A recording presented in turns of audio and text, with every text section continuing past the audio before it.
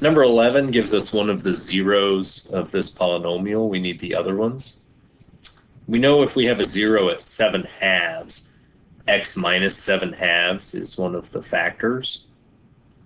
So if one of my factors is x minus 7 halves, I need to know what this other thing is. X minus 7 halves times what gives me this? So I'm going to divide by x minus 7 halves, and that should tell me x minus 7 halves times what would give me this polynomial up here.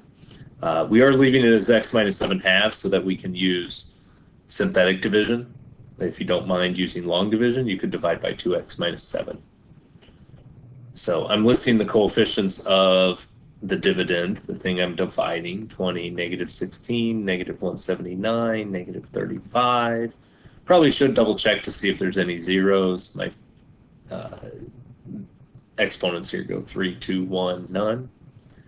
Positive 7 halves goes on the outside. If we set this equal to 0 and solve, we get positive 7 halves. We drop this down, multiply by 7 halves, add down. 54 times 7 halves is 189. Add down gives me 10.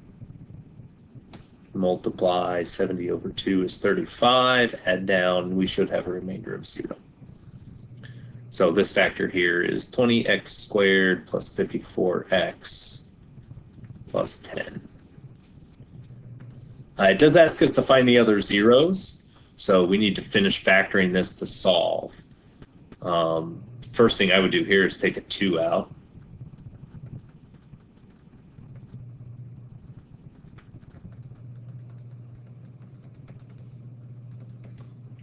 Keep factoring. 10 times 5 is 50.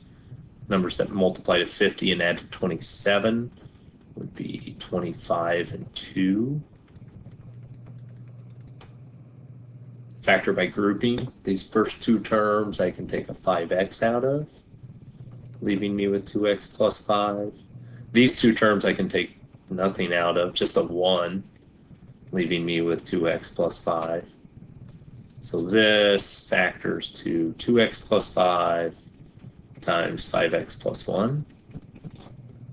If it wanted us to write in factored form, these would be two of the factors. The other part right here, I'm going to distribute that 2. The other factor is 2x minus 7. It wants us to find the zeros. So if I set this equal to 0, I would get minus 5. X equals negative 5 halves, or negative 1/5. And this one gives us 7 halves, which was already given. We don't need to list that one out. That's not one of the other zeros. It is a 0, though.